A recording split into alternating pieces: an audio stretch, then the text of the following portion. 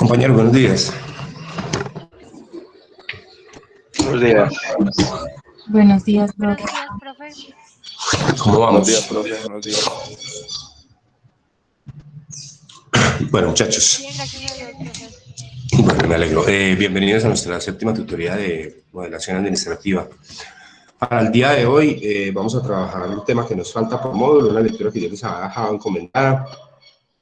Y vamos a mirar algunos modelos que nos falta por ver, empezando por uno que les había dejado de tareita, que es el modelo de gestión por competencias. Un trabajito que teníamos para hoy. Pero antes, si alguien tiene participación de temas que haya leído, que haya trabajado durante este tiempo, hace días que no nos veíamos. Me imagino que rezaron mucho en Semana Santa, muchachos. Y leyeron mucho también, supongo yo. Entonces, si de pronto hay algún tema por ahí, lo escucho. Profe, yo tengo uno que leí precisamente esta semana acerca de la utilización de lo que era la red 5G, lo que estábamos esperando para la red 5G en los próximos años. Aquí, pues en Colombia ya estaba haciendo como las pruebas piloto, incluso Pereira fue una de las pioneras para hacer esas pruebas en la parte de Cuba. A nivel internacional, pues ya se está haciendo como que todo lo que se estaba manejando para un modelo de información ya quedó modificado para la cuestión de salud. Estuve leyendo pues que esta ayer hace la gerencia hizo una modificación para que todo lo que estaba manejando del change y todo lo que la parte de 5G y eso ya quedó centrado en la parte de conocer las partes donde estaban pues más centrados la pandemia, donde estaban las personas que ya habían sido infectadas. Entonces son cosas que me parecieron interesantes, ver cómo se cambia completamente un esquema de un proyecto al punto de direccionarlo, pero al mismo tiempo demostrando que la tecnología puede ser una herramienta bien utilizada y puede ser obviamente muy positivo, puede ser algo muy puntual y que nos puede permitir un conocimiento general, global de una problemática pues, específica, ¿cierto?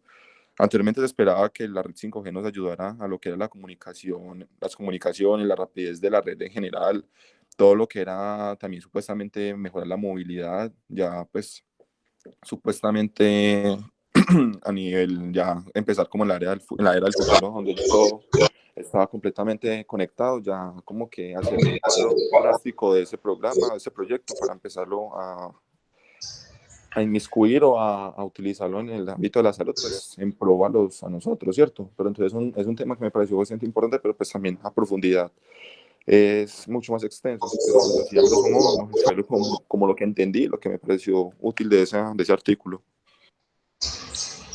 Listo, Marcelo, muchas gracias. Sí, es un tema interesante ese, la utilización de esa tecnología. ¿Algo más, muchachos?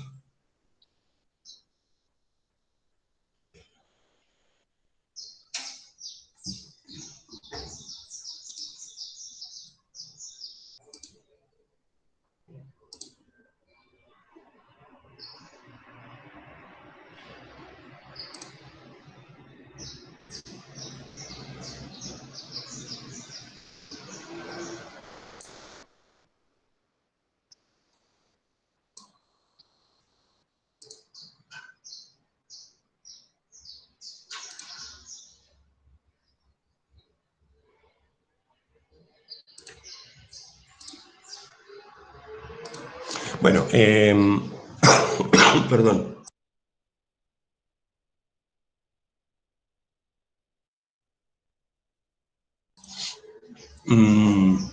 Teníamos una tareita entonces sobre una investigación pequeña sobre gestión por competencias. ¿Quién me quiere contar algo sobre ese tema? ¿Qué es la gestión por competencias? Para que lo miremos ahorita ya desde una presentación.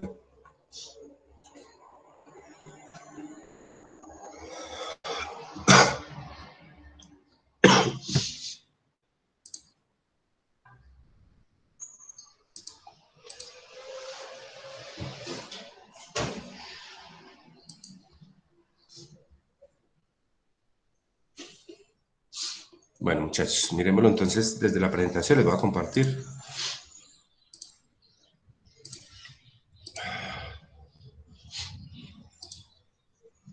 Profe, pues es que pena, si quiere yo doy pronto un adelanto acerca del tema. según lo que vi, pues como la gestión por competencias es todo como el análisis del perfil o análisis del personal que puede estar en determinado puesto.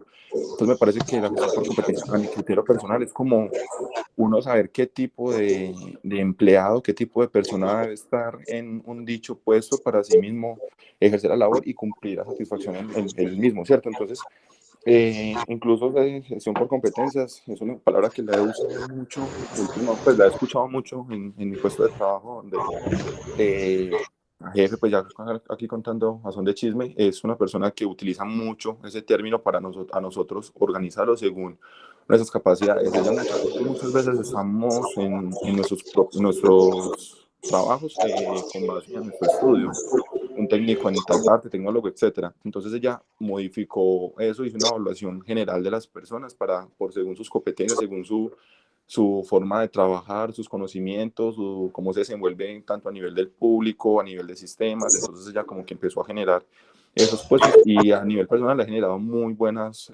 resultados. Entonces para mí la gestión por competencias es conocer qué tipo de perfil se necesita para un puesto determinado y buscar la persona idónea para suplir el mismo, ¿cierto? Pues no sé si estoy errado.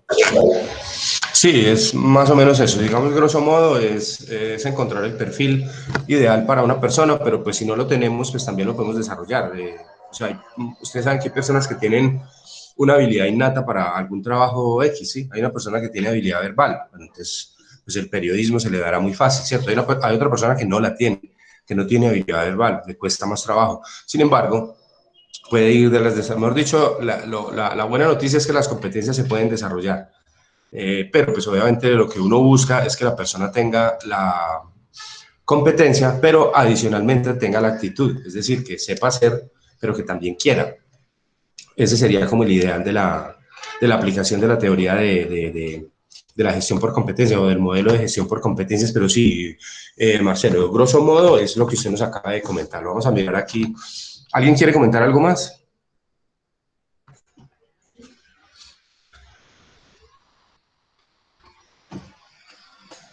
Bueno, lo vamos a mirar aquí. ¿Qué es? Ahí están viendo la presentación. Sí, profe. Bueno, la definición de competencias dice, las competencias son aquellos conocimientos, habilidades, prácticas y actitudes que se requieren para ejercer en propiedad u oficio o una actividad laboral. Es una definición de Héctor Gordillo. Conocimientos, habilidades, prácticas y actitudes. Mire que siempre hablamos de actitudes porque no basta con solamente tener la competencia. Yo puedo tener la habilidad en una persona, en un funcionario. Lo puedo tener, ¿sí? Así como lo mirábamos en el cuadrito que veíamos hace 15 días de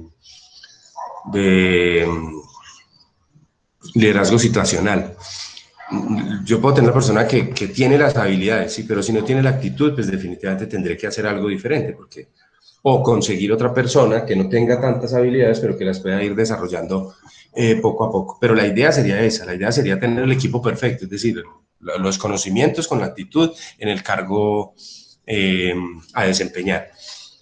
¿Para qué? Para llevar a cabo actividades laborales u oficios. Esta gestión por competencias dice, modelo en el que se evalúan las competencias personales específicas para cada puesto de trabajo, favoreciendo el desarrollo de nuevas competencias para el crecimiento personal de las personas.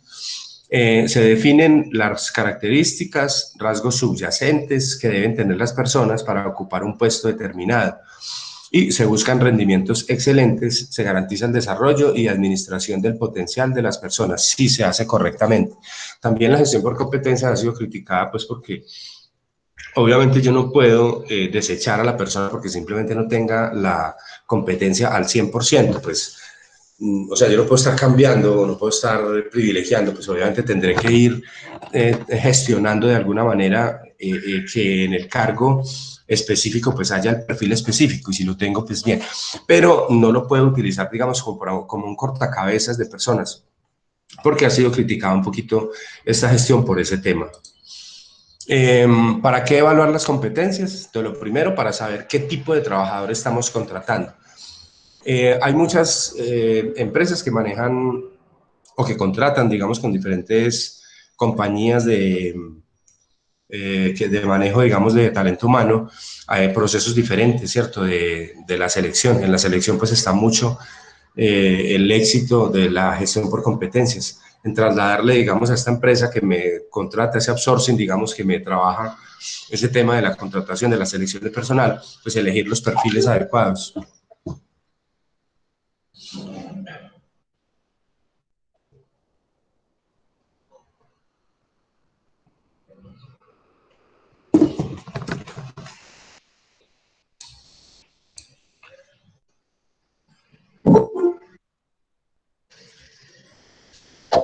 Elegir entonces, como les comentaba, los perfiles adecuados para cada cargo, lo que yo necesite, ¿cierto? Entonces, el resultado de la evaluación de las competencias de un postulante nos va a ayudar a tomar la decisión de si conviene o no contratarlo. Oigan, pues nos va a ayudar, ¿cierto? No nos va a garantizar, obvio, no nos va a garantizar que sí realmente es el candidato idóneo, pero pues si se hace un proceso juicioso, un proceso, digamos, bien elaborado, pues seguramente se llegará a un buen resultado.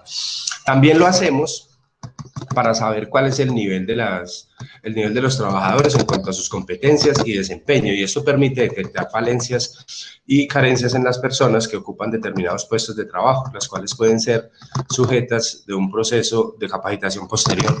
Dicen que, leía yo hace poquito por ahí en un meme, que si yo juzgo a un pez por la capacidad para subir un árbol, pues ese pez morirá creyendo que es un inútil, ¿sí? Porque realmente no tiene la capacidad. Esto es más o menos, digamos, explica un poquitico más o menos esto.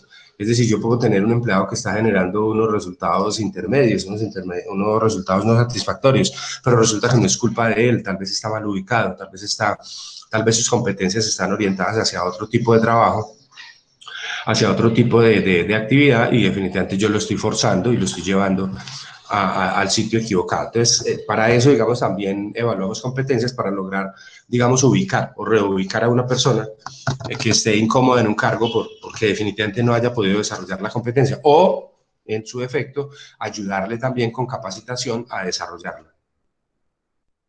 El objetivo de la gestión por competencias es educación, experiencias, habilidades y talentos, o sea, el saber hacer, el poder hacer y el querer hacer. Eh, Eso depende entonces de valores, políticas, procesos, procedimientos y recursos, y motivaciones, valores personales y actitudes. Tiene que ver entonces con la actitud con C, la aptitud con P y el conocimiento como tal, la habilidad para desarrollar el cargo. O sea, es el poder hacer, tener la capacidad de hacerlo, el saber hacerlo, tener la habilidad, y el querer hacerlo, tener la actitud y la motivación suficiente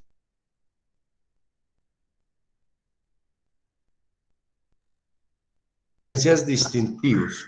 Dice, se basa en la premisa de que las personas poseen ciertas características que les permiten desempeñarse exitosamente en una organización determinada, y por lo tanto identificar dichas características permite a la organización atraer, desarrollar y retener a las personas que poseen dichas características, ya que dichas personas son las que permiten a la organización obtener resultados sobresalientes y por lo tanto garantizan mantener y mejorar el desempeño organizacional en un nivel superior, es decir, algo que distingue a la persona, que realmente lo califica para el cargo antes de entrar a la compañía como tal. Las competencias genéricas, que se basan en la premisa de que existen ciertas conductas típicas que permiten a una persona desempeñarse correctamente en un puesto determinado, y que dichas conductas son generales o genéricas, tienen más que ver con actitudes. Dado que son las mismas que permiten a otra persona desempeñarse correctamente en un puesto similar en otra organización. Este modelo se sustenta en torno a las premisas de los conceptos de mejores prácticas o benchmarking, que ya lo vimos, lo hemos trabajado, como el mirar cómo lo hace genéricamente un competidor, cómo hace una labor, y copiarlo, digámoslo así, sí, o digamos, adaptarlo en el medio en el que se desenvuelve mi compañía como tal. Y las competencias funcionales, que se basan en la premisa de que existen ciertos resultados mínimos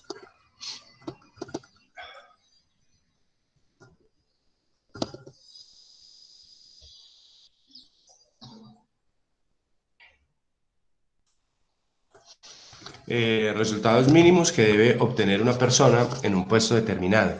y que dichos resultados mínimos son los que deben garantizarse para que se cumpla con los estándares de productividad, calidad y seguridad requeridos para que la organización pueda asegurar el cumplimiento de sus metas de producción. Metodologías y sistemas que han surgido en torno al concepto de competencias técnicas, normalización de competencias y certificación de competencias se sustentan en las premisas de este modelo, de las funcionales, hablando de la función como tal, la función desempeñada.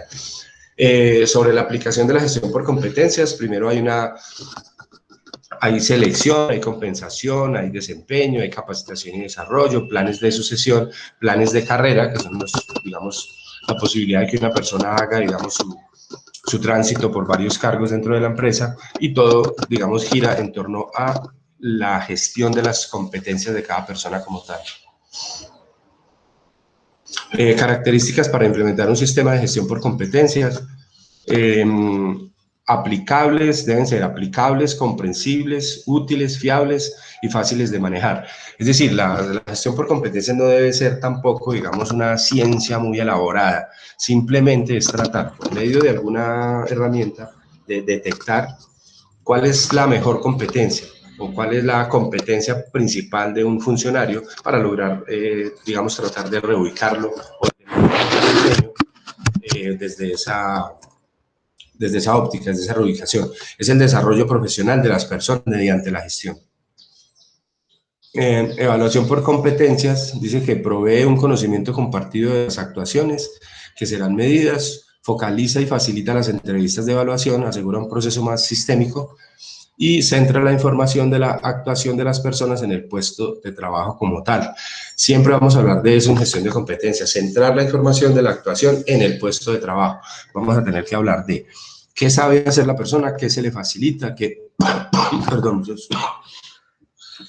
para qué es, digamos, en qué áreas tiene más habilidad y tratar de detectar el puesto en el que las puede potencializar. Permite una fotografía completa de los requerimientos de los cargos. Es importantísimo, antes de arrancar con una gestión por competencias, saber qué competencia requiere el cargo para poder identificar, obviamente, el candidato, el aspirante.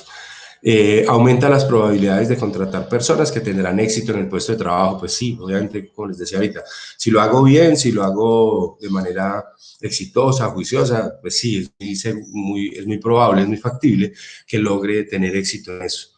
Reduce la inversión en personas poco adecuadas. Bueno, pues si las consigo de entrada, es decir, por ahí escuchaba yo hace poco que un buen equipo de trabajo no es cuestión de suerte, ¿cierto? A mí me contratan para manejar un grupo de 20 personas y llegar y conseguir que todos tengan las competencias, que todos sean juiciosos, que tengan buena actitud, que no peleen, que no sean chismosos, que lleguen temprano, que sean, mejor dicho, perfectos. Eso es muy difícil. O sea, los buenos equipos de trabajo se van haciendo con el tiempo, con la gestión, con el trabajo del líder, ¿cierto? Con el ejemplo, con muchas cosas, pero es muy difícil, o sea, yo no creo que, o sea, muy difícilmente yo voy a llegar a encontrar un grupo así y simplemente voy a llegar o tal vez un grupo de esos, pues ni siquiera necesite el líder, ¿cierto? Sí, porque si trabajan solitos, si son automotivados, pues seguramente no lo necesitarán mucho. Por ahí dicen que si uno entra a una empresa o a algún grupo y tal y se nota de manera inmediata quién es el jefe, hay un problema administrativo, no debería notarse, se debería ser menos notorio que esta persona es el jefe de los otros en un buen grupo. Identifica las competencias que se pueden formar y desarrollar. Bueno, pasos de una selección por competencia. Lo primero es necesidad de cubrir una posición, que les hablaba ahorita, lo del cargo como tal, la solicitud, la revisión de descripción de cargo, la recolección de información sobre el perfil requerido, el análisis sobre eventuales candidatos, la decisión sobre realizar búsqueda interna o no, la definición de las fuentes de reclutamiento, la recepción de candidaturas, la primera revisión de antecedentes. Bueno, todo esto tiene que ver con el tema de la selección, las entrevistas, las evaluaciones específicas y psicológicas, la formación de candidaturas, la confección de informes sobre finalistas, presentación de finalistas al cliente interno, selección de finalista por el cliente interno, la negociación con la persona, la oferta por escrito, la comunicación a postulantes fuera del proceso, el proceso de admisión y ya, el proceso de inducción cuando la persona esté dentro. Esto, digamos, ya es mecánica de manejo de recurso talento humano en el tema de contratación como tal. Bueno, conclusiones, muchachos. Identifica los talentos y cualidades de una persona para poderse desenvolver en un centro de trabajo. Básicamente eso es lo que hace la gestión por competencia, identificar esos talentos y esas cualidades que tiene esa persona. Centra la información, la actuación de las personas en un puesto de trabajo como tal, es decir, de acuerdo con el cargo que van a desempeñar. Forma grupos o organizaciones con mentalidad de trabajo en equipo. Busca las características subyacentes de personas que están en relación en relación con correcta actuación en un puesto de trabajo. Estas son como las conclusiones de la gestión por competencia. Está la referencia bibliográfica y no sé si tengan preguntas sobre este tema.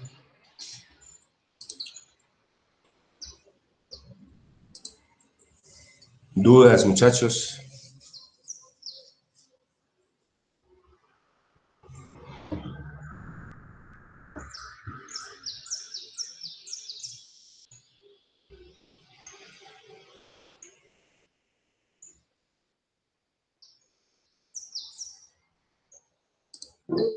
Bueno, vamos a seguir entonces con temática del módulo. Ahí lo vemos, esta lectura yo la había recomendado, espero que la hayan hecho, de la página 39 hasta el final del módulo. Ustedes ven que el módulo es más bien pequeño.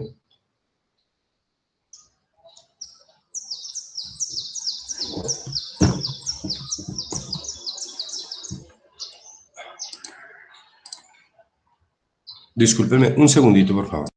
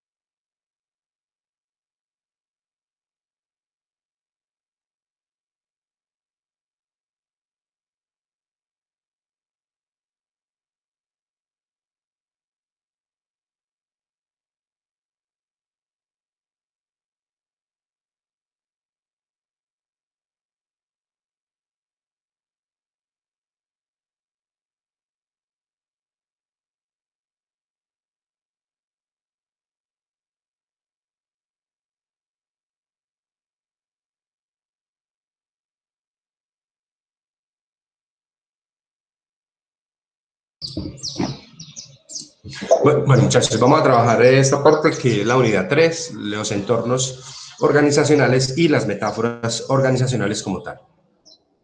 Como les digo, esta lectura estaba recomendada, me imagino, pues espero que la hayan hecho para que me ayuden en el desarrollo del tema.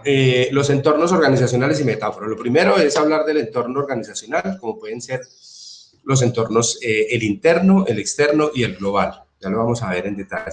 Sabemos que las empresas, las organizaciones como tal, son sistemas abiertos. Y como sistemas abiertos, obviamente, interactúan en un medio obteniendo información, transformándola y emitiendo, digamos, productos finales. O también recogiendo insumos de un medio, haciendo un proceso de transformación y generando unas salidas a un medio externo. Es decir, ya tiene continua interacción con el medio. Es una característica fundamental de las organizaciones como tal. Y las metáforas organizacionales, que es la manera como de explicar un fenómeno por medio de otro fenómeno, para darle claridad, hablar un poquito de conceptos de la mirada de algunas organizaciones como máquinas, como cerebros, bueno, como muchas cosas, o sea, tratar de asimilarlas como a organismos diferentes para poderlas entender un poco. Y los tipos de metáforas que podamos tener. Aquí tenemos unas definiciones de algunos términos en dimensiones, el aspecto, característica, fase o circunstancia de un asunto. El entorno es todo aquello que rodea algo, sí, todo lo que está por fuera de mí, es el entorno, que puede ser entonces interno o externo, depende si eh, yo lo puedo manejar o no lo puedo manejar. Hay un entorno, digamos, un microentorno, que sí, que yo puedo gerenciar, yo puedo, digamos, de alguna manera gestionar en algún momento dado. Y hay otro entorno que está un poquito más lejos, que me afecta igual, positiva o negativamente, pero sobre el cual yo no tengo la capacidad de modelarlo, ¿sí? De manejarlo. Entonces tengo que, por medio de decisiones internas, tratar de mitigar el impacto que pueda tener sobre la operación de la empresa. Lo global relativo a eh, conjunto de elementos de una cosa o una situación, y metáfora es la forma indirecta de aludir un objeto, les dice ahorita, idea o fenómeno a través de otro. Es un proceso de imaginación, es decir, es como explicar una empresa, el funcionamiento de una empresa como si fuera una máquina, por ejemplo, ¿sí? Podría ser un ejemplo de metáfora, ya lo vamos a ver ahorita. Eh, Como objetivo general del curso, perdón, del curso no, de la unidad 3, aplicar la modelación administrativa y financiera a los diferentes entornos organizacionales y específicos, reconocer el entorno interno, externo y global que afectan, influyen en las organizaciones, aprender el concepto y la utilización de la matriz DOFA, que todos conocemos, hemos trabajado seguramente en algunos otros cursos, en algunos otros escenarios, y también identificar los diferentes tipos de metáforas organizacionales y su utilidad en las mismas. Bueno, el tema de concepto organizacional lo vamos a ver entonces, vamos a iniciar viendo un videito que lo vemos, ya saben ustedes, cada uno, porque no, el sonido no nos da para verlo conjunto, entonces lo voy a abrir, voy a copiar el link y se lo voy a compartir por WhatsApp y por el chat del Meet, listo.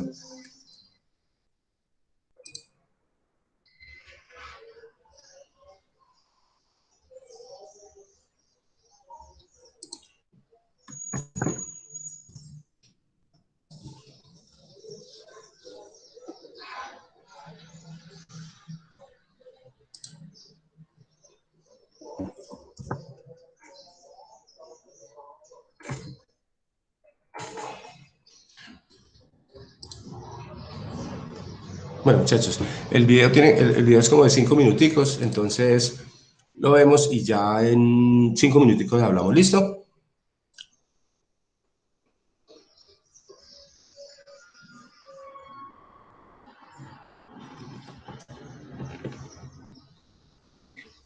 Niños. Sí, profe, ya estamos mirando.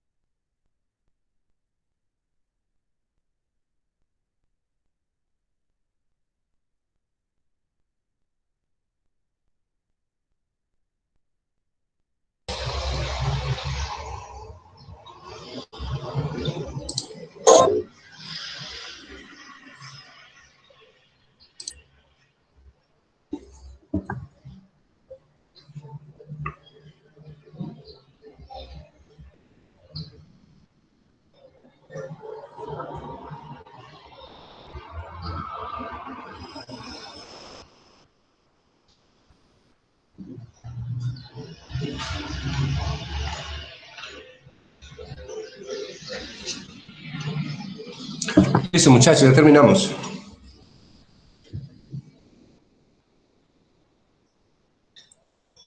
Sí, profesor. Sí, profe, listo. Bueno, comentarios, observaciones sobre el video.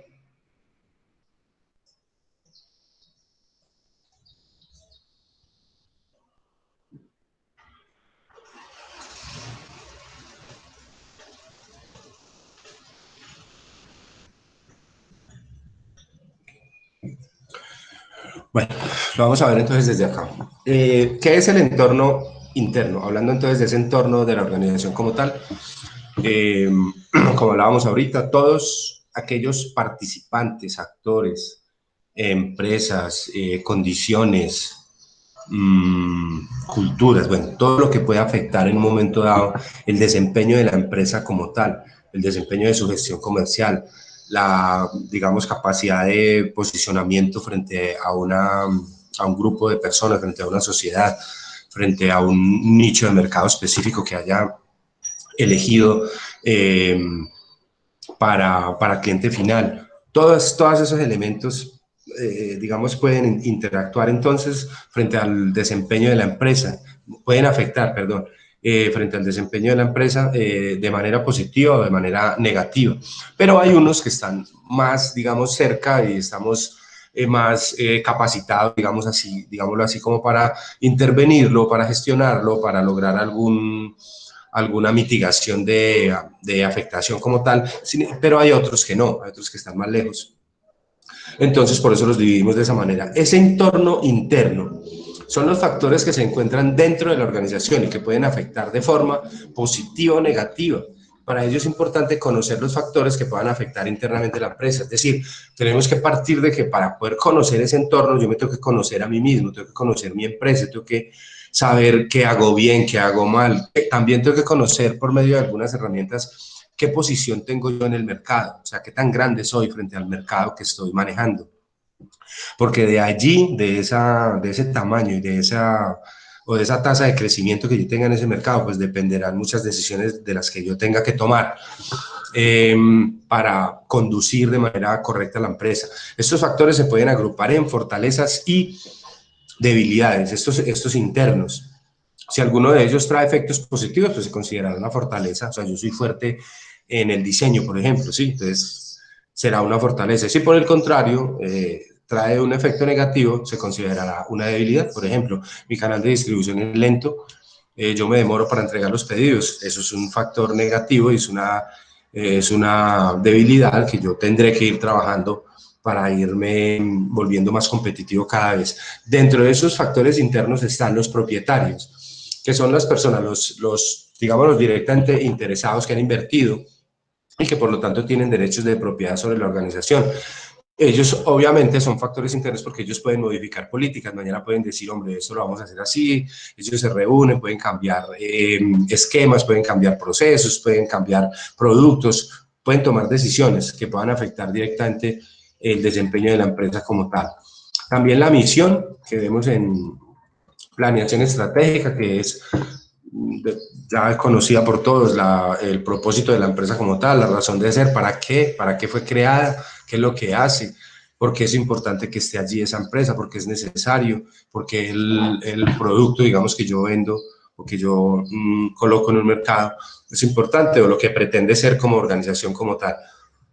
La junta directiva, pues es el órgano gobernante de una empresa, cuando hablamos de empresas grandes, ¿no? Obviamente, pues ustedes saben que la mayoría de las empresas en Colombia son micro y medianas.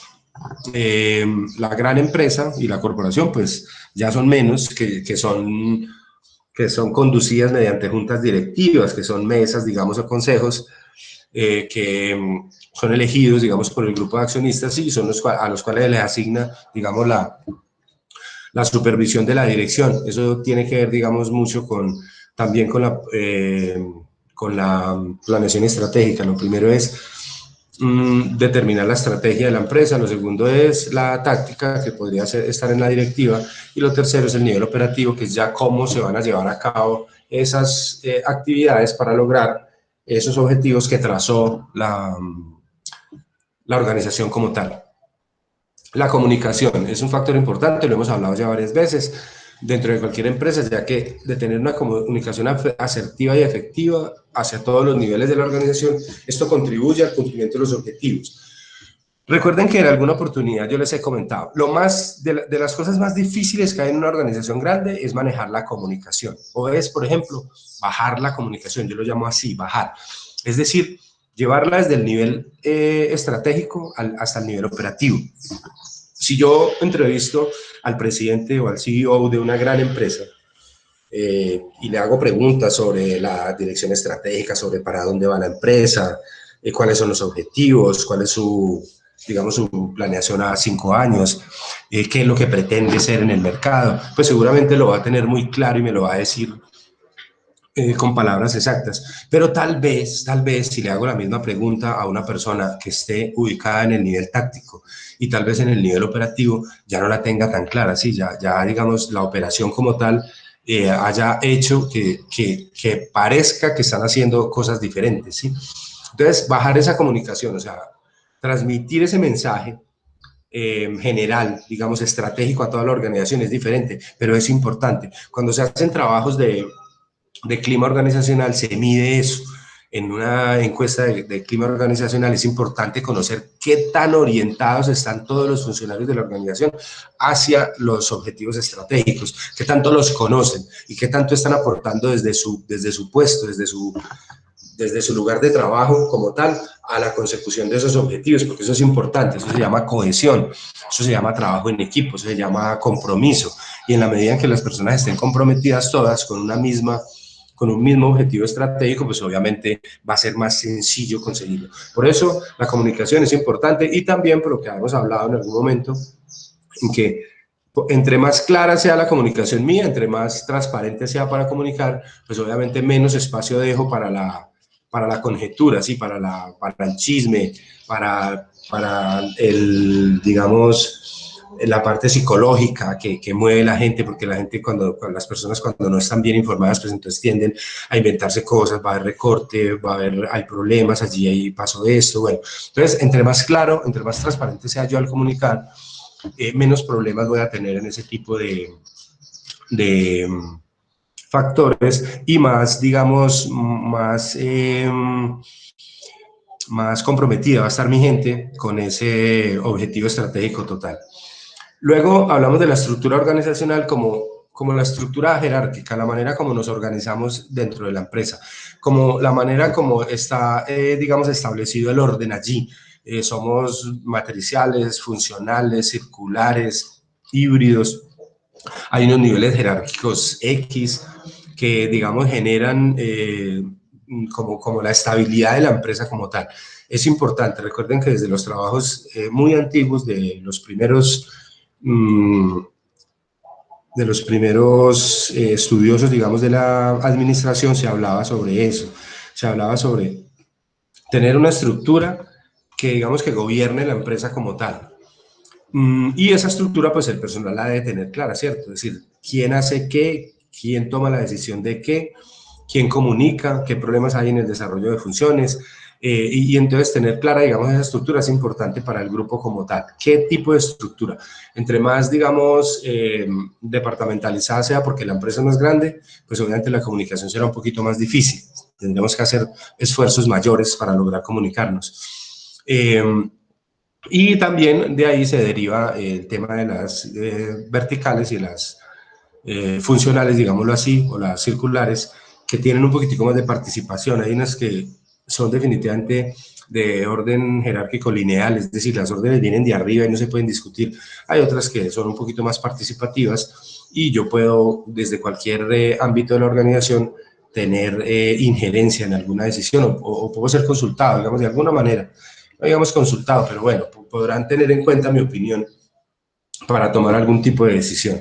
El aprendizaje también es un factor interno, la formación constante del personal afecta al entorno interno de la empresa. Recuerden lo que decía Henry Ford, no se sabe, o sea, lo peor que capacitar a los funcionarios y que se vayan para otra empresa es no capacitarlos y que se queden conmigo. Es decir, la formación es importante, genera riesgos, porque obviamente después de que yo formo a mis funcionarios, pues seguramente habrá otra empresa que los quiera porque ya tienen el conocimiento, porque ya tienen la experiencia y les haga alguna oferta, pero pues ese es el riesgo que hay que correr. La formación constante del personal afecta el entorno, obviamente, de la empresa, ya que el éxito de ella depende de la formación y experiencia adquirida. Lo que llamamos el know-how. Ese know-how, ese saber hacer o saber cómo hacerlo, eso no lo podemos vender, ni lo podemos patentar, ni lo podemos colocar en el activo como una, digamos, como un valor allí, pero es importante, pues porque obviamente genera factores competitivos a la empresa. Entre más experiencia y capacidad tengamos, más capacitados estén mis funcionarios, pues mejores resultados en los procesos se van a obtener y la empresa será más competitiva por la calidad de los productos y servicios que se generen cada vez. El personal, pues es importante gestionar adecuadamente a los empleados, también es un factor interno, obviamente que lo manejo desde la empresa como tal. El nivel de satisfacción de estos. Hablábamos ahorita, o les hablaba yo del tema de las mediciones de clima organizacional que son tan difíciles. Ahí se mide también el nivel de satisfacción de los empleados y es importante saberlo. Lo que pasa es que es difícil a veces, digamos, lograr que las personas sean sinceras en este tipo de encuestas, pues por cualquier tipo de situaciones que se presenten. Pero es importante conocer de todas maneras las opiniones del personal frente al desempeño de la empresa, frente al ambiente, frente a el desempeño, frente a los resultados de la empresa, por ejemplo, frente a la confianza que tengan ellos en la empresa como tal, en trascender hacia el futuro, en tener una estabilidad laboral. Es importante conocer eso.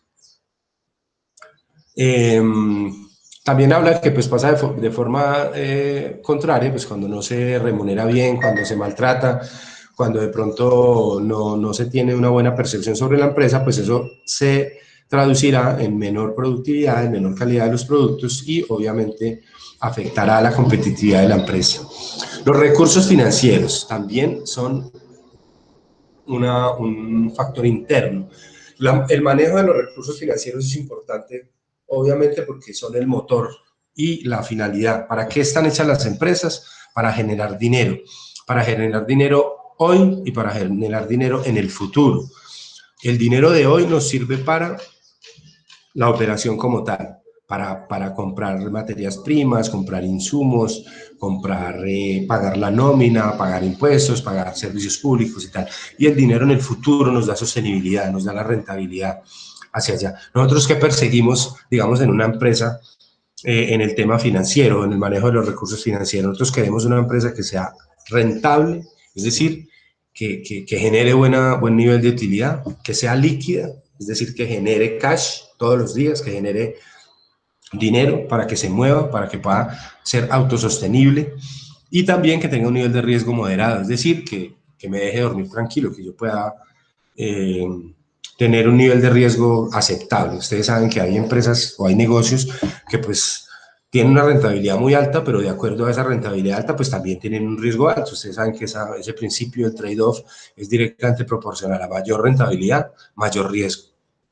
Tenemos que cuidar entonces los recursos económicos y la liquidez, porque son fundamentales para la empresa y afectan directamente positiva o negativamente.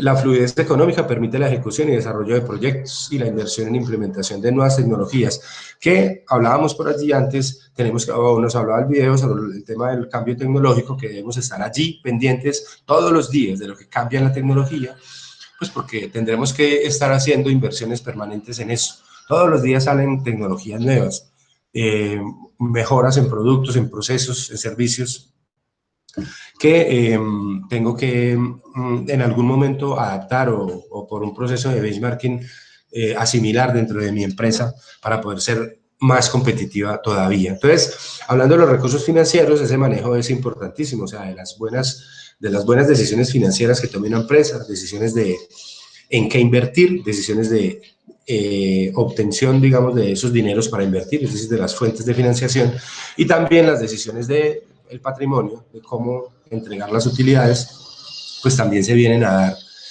los resultados exitosos o no exitosos de la empresa como tal.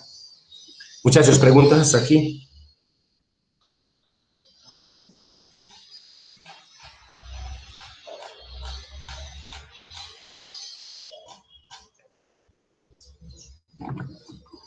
Bueno, frente a la cultura organizacional, dice que se encuentra conformada por las condiciones y los valores que establecen el patrón de actividades, ideas y acciones que como consecuencia permiten la adaptación de los individuos a la organización.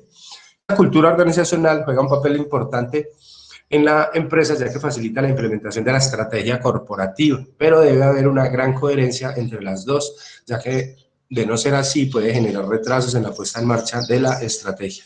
La cultura organizacional habla, digamos, de los valores que mueven a la gente, de lo que motiva a esa gente, esos participantes en esa empresa, en ese proyecto como tal. Hay organizaciones que logran generar una cultura definida, es decir, que se encuentre diferenciada de la competencia como tal. Por ejemplo, el sector bancario ha invertido mucho en ese tema últimamente, es decir, que una persona entre a una oficina bancaria en Barranquilla y entre a la misma oficina bancaria en Cali y por la cultura organizacional sepa que está en el mismo banco, porque muchas veces las diferencias de cultura de un sitio a otro hacen ver que son dos organizaciones diferentes. Entonces le han trabajado mucho a esto, le han invertido a la cultura organizacional porque es importante, genera cohesión, genera también compromiso en las personas, genera seguridad, genera confianza en la empresa y ese factor interno es importante para generar competitividad y éxito interno. Bueno, hasta ahí esos son los factores internos, muchachos. Ahora vamos a ver el factor externo como tal. Ese factor externo está constituido por los elementos que afectan a la empresa, pero que no se encuentran dentro de su control y que pueden afectar directamente las operaciones de la organización. Los factores externos, dentro de algunos pueden estar los competidores. ¿Qué hace el competidor? Pues obviamente el competidor trata de quitarme los negocios, de quitarme el nicho de mercado, de quitarme los clientes, de lograr vender más barato. Es uno de los factores más importantes en la afectación de una empresa, ya que si, por ejemplo, un competidor decide bajar considerablemente los precios a un producto, la empresa afectada puede llegar al extremo de ser cerrada, ¿cierto? Si ese competidor consiguió la manera de producir el mismo bien, el mismo elemento, con unos costos menores, pues obviamente va a tener bastantes problemas para lograr ajustarme, digamos, a su nuevo esquema. Por eso tengo que estar allí pendiente de todos esos cambios en el entorno. Porque si hay un cambio, si hay un competidor que está bajando el precio, tengo que rápidamente saber por qué lo está haciendo y cómo lo está haciendo. Y si lo está haciendo, digamos, de manera bajándole a la calidad, pues yo tendré que salir a contar eso, ¿cierto? A decir que mi producto no ha bajado de precio o sigue siendo tal porque conserva las condiciones, digamos, de calidad, las características de calidad. Otros factores que afectan por parte de los competidores son la calidad del servicio y las estrategias de marketing, es decir, cómo hacen ellos el marketing, cómo van a abordar el tema comercial. Y son, por ello, políticas corporativas, por lo general, que son altamente influenciadas por la competencia como tal. Lo importante aquí, digamos, es mantener ese visor, digamos, ese observador externo frente a ese competidor que nos puede afectar. Los clientes, tal vez entonces, aquí vamos a hablar de la parte más importante de ese entorno externo, porque pues si bien es cierto, yo puedo manejar, yo puedo gestionar el posicionamiento, el branding de mi producto ante mi cliente como tal, pues eso no es sencillo, ¿cierto? Esa satisfacción del cliente debe ser un factor preponderante en toda empresa. Dice, casi que siempre lo he dicho, las decisiones que se tomen en las empresas deben ser orientadas hacia el cliente. El mercado es el que gobierna las empresas hoy en día, metafóricamente lo estoy diciendo, ¿sí? Obviamente las empresas tienen sus directores, tienen sus juntas directivas, tienen sus gerentes, sus CEOs, sus presidentes, pero realmente para tomar las decisiones y que éstas sean exitosas de cara a un mercado como tal, a un nicho de mercado, a una posición de mercado, a un crecimiento dentro del mercado, está la satisfacción del cliente. Porque en toda empresa, dice que la satisfacción del cliente debe ser un factor preponderante en toda empresa, ya que este es quien genera los ingresos a la compañía.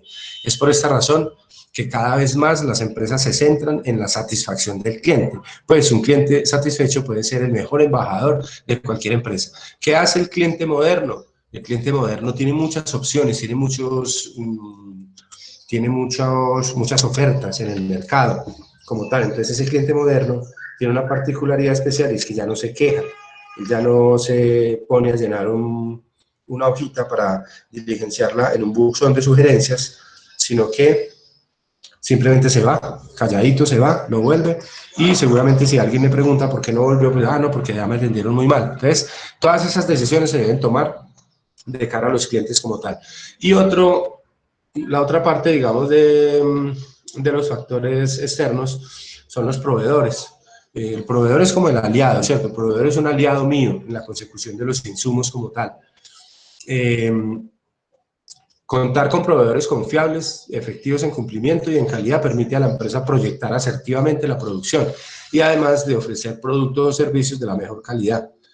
Por lo tanto, seleccionar los proveedores es un factor que incide directamente en la calidad y el cumplimiento de entrega, digamos, de la idoneidad, de la confianza que yo pueda tener, de la relación que tenga yo con ese proveedor, de la calidad que él me asegure, de la disponibilidad que tenga, ¿sí? Porque él también me tiene que garantizar la disponibilidad de recursos, porque en un momento dado yo voy a necesitar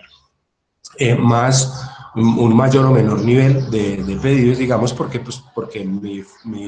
la fluctuación de mis ventas se dio en ese caso. Entonces ese proveedor me debe garantizar eso para poder, digamos, en un momento dado no perder negocios o no dañar negocios o no perder entregas, pues, por falta de insumos como tal. Bueno, hasta aquí los los factores externos, y hay otros factores, y hay otro entorno, perdón, que es el entorno global. Muchachos, ¿cómo vamos hasta ahí? Ya vamos a ir otro momentico y vamos a hacer el receso. Bien, profe, vamos bien.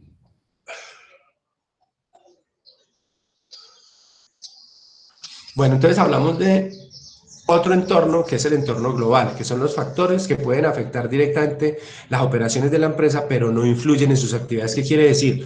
Que están en área de preocupación y no de influencia. Yo siempre me debo ubicar en el área de la influencia y no en el área de la preocupación.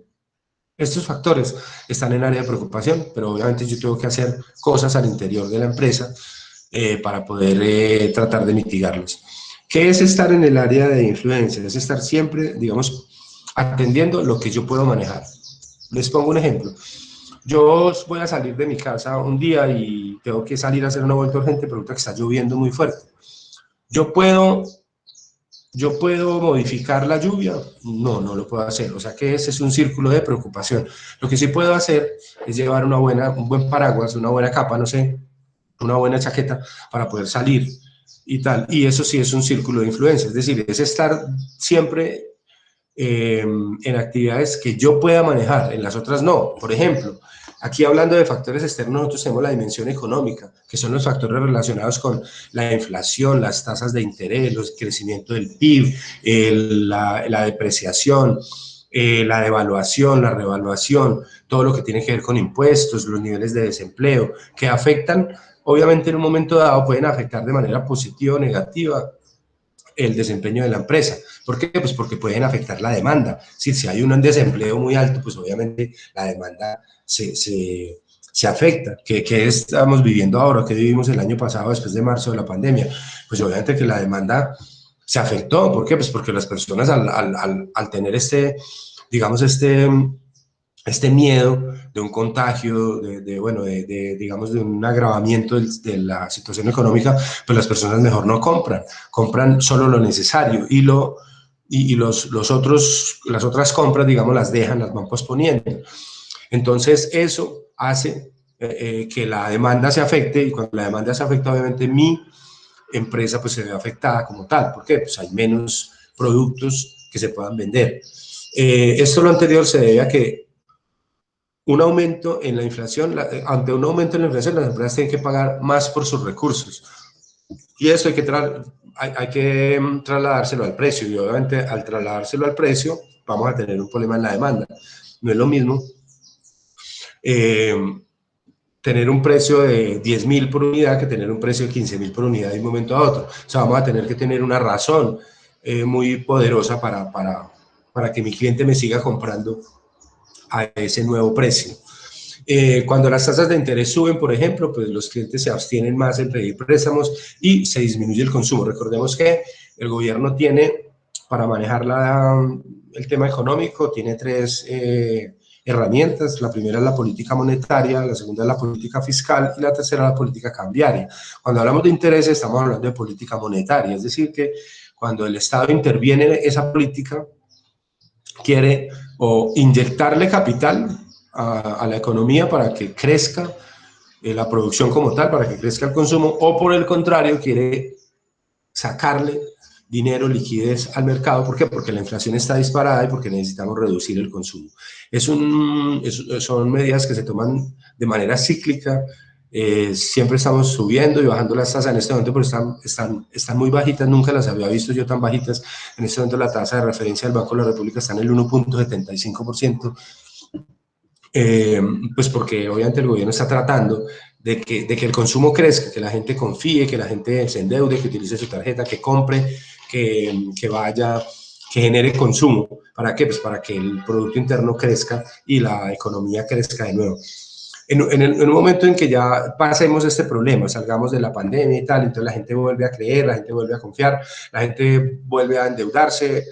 Entonces, ¿qué pasa? El mayor consumo genera mayor inflación y volvemos otra vez a tratar de restringir. Son políticas monetarias que maneja el gobierno, forman parte de la dimensión económica, estos factores externos que no están en el resorte de la empresa. Nosotros no podemos manejar desde el interior de la empresa lo que es la tasa de interés de un país, pues porque son cosas macroeconómicas, no lo podemos hacer. Cuando el desempleo aumenta, las empresas deben ser más selectivas con los procesos de contratación y a su vez el poder adquisitivo disminuye al haber menos personas laborando formalmente. Claro, un aumento en el desempleo obviamente disminuye la demanda de manera directa.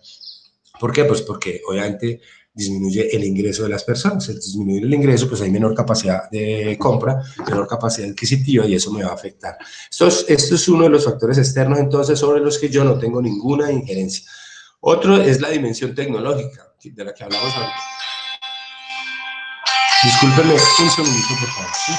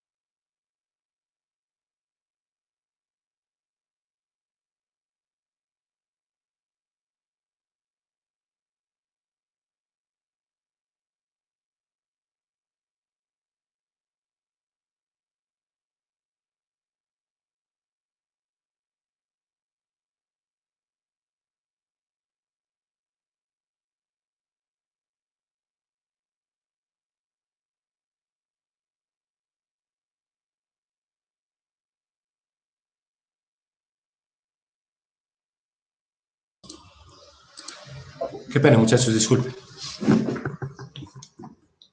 Bueno, hablamos entonces de la dimensión tecnológica, que tiene que ver con los métodos disponibles que se utilizan para convertir los recursos en productos o servicios. Es decir, todo lo que yo tenga que invertir en nuevas tecnologías.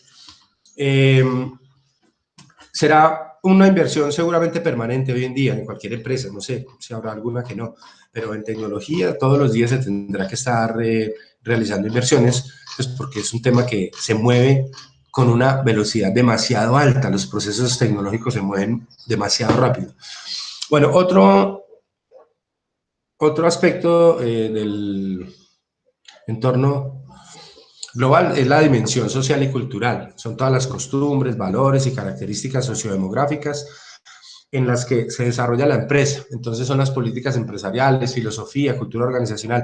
Es decir, son todas esas creencias de la gente. No es lo mismo, digamos, tratar de posicionar un producto en el valle que en el centro del país, o en la zona cafetera, o en Santander, o en Perú, en Argentina, o en Chile. Sí, las culturas son diferentes y yo tengo que tener en cuenta eso. Los gustos, digamos, las prioridades, las creencias de las personas son diferentes. Y entonces, digamos, todos esos aspectos hay que tenerlos en cuenta como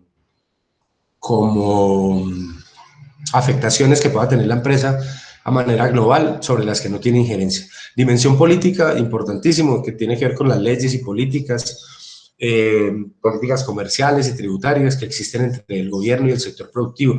Ahí puede estar la tasa impositiva, por ejemplo, es una cosa sobre la que yo no tengo injerencia. Si el gobierno mañana decide subir la tasa de impuesto de renta al 40%, pues yo no tengo injerencia sobre eso. Eso se traducirá, no sé, en mayor precio o alguna cosa, pero yo no puedo hacer nada. Digamos, como cambiar de país de un momento a otro, porque aquí la renta es muy alta, pues bueno, será un proceso largo, tal vez, pero digamos, de manera inmediata no lo podría hacer. Eh, y por último, la dimensión internacional, que es importante que las empresas que deseen internacionalizarse realicen un estudio de las perspectivas y riesgos políticos y sociales con los que se quiere tener una relación comercial. Sí, es importante, si yo voy digamos, a hacer presencia en Centroamérica, es muy importante conocer la política, conocer los riesgos, conocer sí, muchas cosas, digamos, historia, temas, digamos, por ejemplo, eh, de inseguridad, por ejemplo, que se pueda estar presentando, de orden público, porque eso me puede afectar a mí en algún momento dado el desempeño, ¿cierto? Es decir, no ir a meterme a un sitio que sea muy, digamos, violento, porque pues obviamente va a ser más difícil la comercialización seguramente. Entonces esa dimensión internacional es importante también tenerla en cuenta. Muchas de sus preguntas hasta aquí.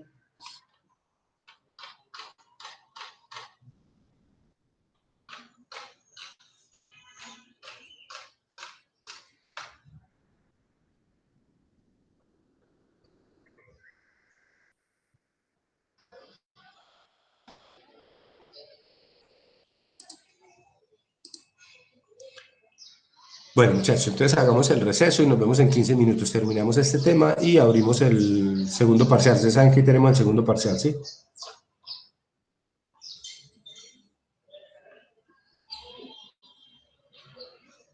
Bueno, profe. Listo, pues nos vemos entonces en 15 minutos.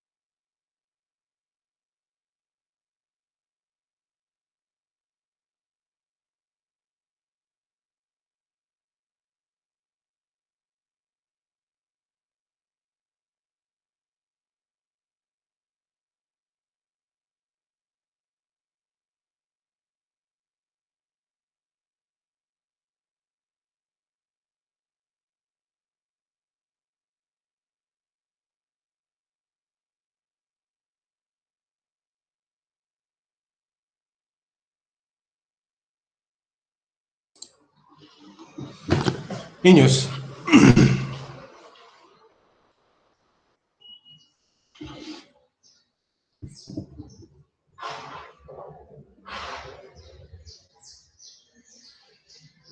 Sí, profe. listo, vamos a seguir entonces. Terminamos con este tema de la matriz DOFA y pasamos entonces al parcial, ¿listo?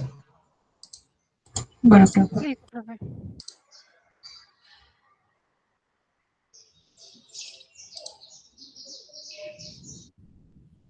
Ahí la vemos, sí. Sí. Bueno, esta es la matriz DOFA. Obviamente, pues esto es un repaso. Me imagino que lo habrán trabajado ya en muchas partes. Esto es muy conocido en el ámbito administrativo, digámoslo así.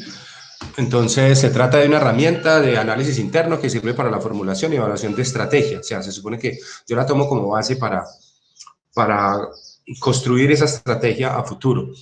Es fácil de usar, ya que consiste en ubicar de forma esquemática conclusiones del análisis externo, donde se han identificado amenazas y oportunidades por consecuencia de cambios en el entorno, lo que hablábamos ahorita.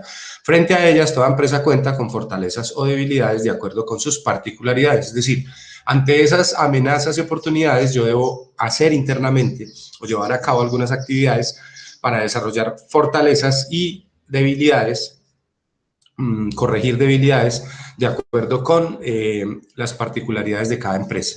Como se ha indicado, la matriz DOFA cuenta con 4 aspectos, divididos en 4 celdas, donde se explorará en aspectos como debilidades, amenazas, fortalezas y oportunidades con los que cuenta la compañía. Entonces, esta es la matriz como tal. Aquí tenemos las fortalezas, que son aquellos aspectos internos en los que la empresa se destaca como tal. Aquí tenemos las debilidades, que son aquellas falencias o aquellos aspectos en los que la empresa necesita desarrollo, o las áreas de mejora que nosotros llamamos áreas en las que hay que mejorar como tal. Aquí están las oportunidades, que son los factores externos que pueden generar oportunidades a la empresa. Cualquier, digamos, investigación que yo haga en el entorno y que me genere una oportunidad como tal de crecer en el negocio. Y las amenazas son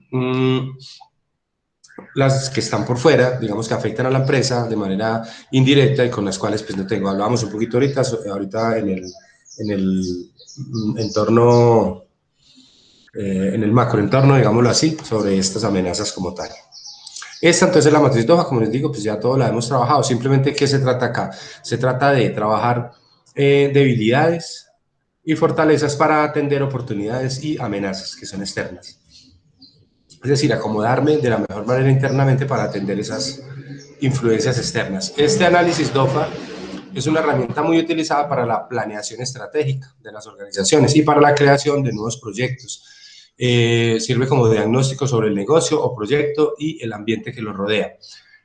Factores internos y externos. Ventajas de la utilización del DOFA. Lo primero, puede brindar seguridad para la toma de decisiones, brinda conocimiento a profundidad sobre cada uno de los escenarios, permite entender la posición con respecto a los competidores. Eso es muy importante, o sea, conocer dónde estoy yo, quién soy yo en el negocio. Permite anticiparse a movimientos externos, muestra alternativas de acción. El análisis de los factores internos, bueno, ya lo hablamos ahorita, es el autoconocimiento que se tiene de la empresa, es mirar internamente en qué soy fuerte, en qué soy débil, reconocerlo, trabajarlo, gestionarlo, llevar a cabo actividades, digamos, para mejorar esas fortalezas y para, obviamente, convertir esas debilidades también en fortalezas o disminuirlas como tal. De acuerdo con esto, la empresa tiene que empezar una estrategia que le permita eliminar esos puntos de debilidad y utilizar las fortalezas como puntos de creación de valor. A continuación se listan aspectos de análisis interno que pueden servir para identificar las fortalezas, por ejemplo, y debilidad, por ejemplo, la ubicación de la empresa, el tiempo en el mercado, la calidad del recurso humano y financiero, las actividades de marketing, la capacidad de respuesta, la materia prima, maquinaria y herramientas, por ejemplo. Y ahora el análisis de los factores externos, también lo hablamos ahorita. Esos factores externos son las oportunidades y amenazas, las que están por fuera, las cuales están relacionadas con el ambiente externo. Por lo tanto, no son controlables. Por ello, es importante que las empresas siempre estén atentas a los comportamientos del mercado, de la economía, de políticas económicas y sociales, y esto les permite tener una ventaja competitiva frente a la competencia. Es estar atentos permanentemente, lo que hablamos por allá con las actividades de benchmarking, que es estar atento a cómo se mueve la competencia para saber cómo me debo mover yo también aquí, para no quedarme atrás. Los ambientes externos pueden dividirse en microambiente y macroambiente. Dentro del micro está entonces los clientes, que ya los vimos ahora, el poder que tienen ellos, los proveedores, los competidores, los sustitutos, las empresas entrantes, es decir, los que están allí, digamos, para entrar a competir en el mismo terreno. Y el macroambiente, que son los factores que están más allá del sector y que indican la economía del país. Comportamiento social, entonces vimos ahora político, legal, demográfico, tecnológico, sociocultural, monetario, todo esto que está por fuera. Bueno, muchachos, preguntas hasta aquí.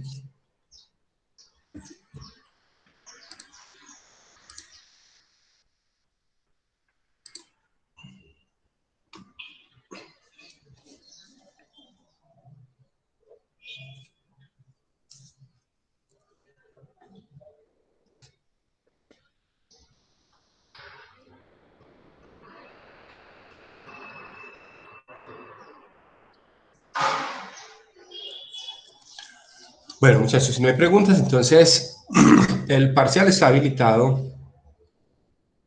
para... Ya lo miro, espérenme un segundito.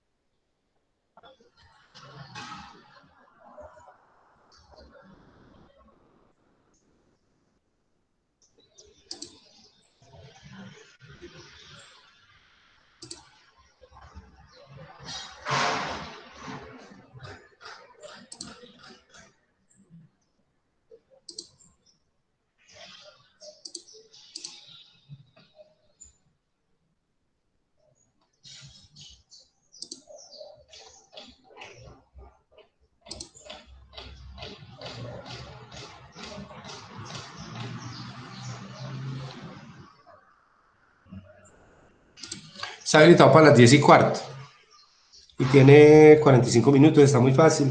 O sea, yo creo que es tiempo de sobra. Entonces, no sé si no hay más preguntas o observaciones hasta acá, entonces dejamos aquí y ya entramos a resolver el parcial.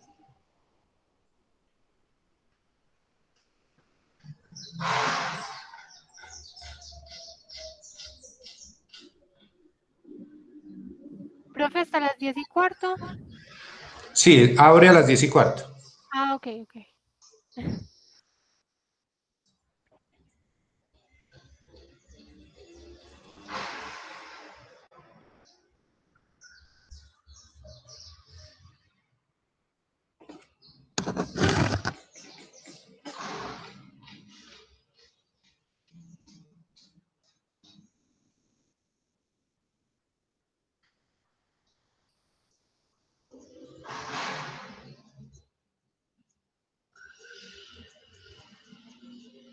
Listo, muchachos, entonces quedamos así.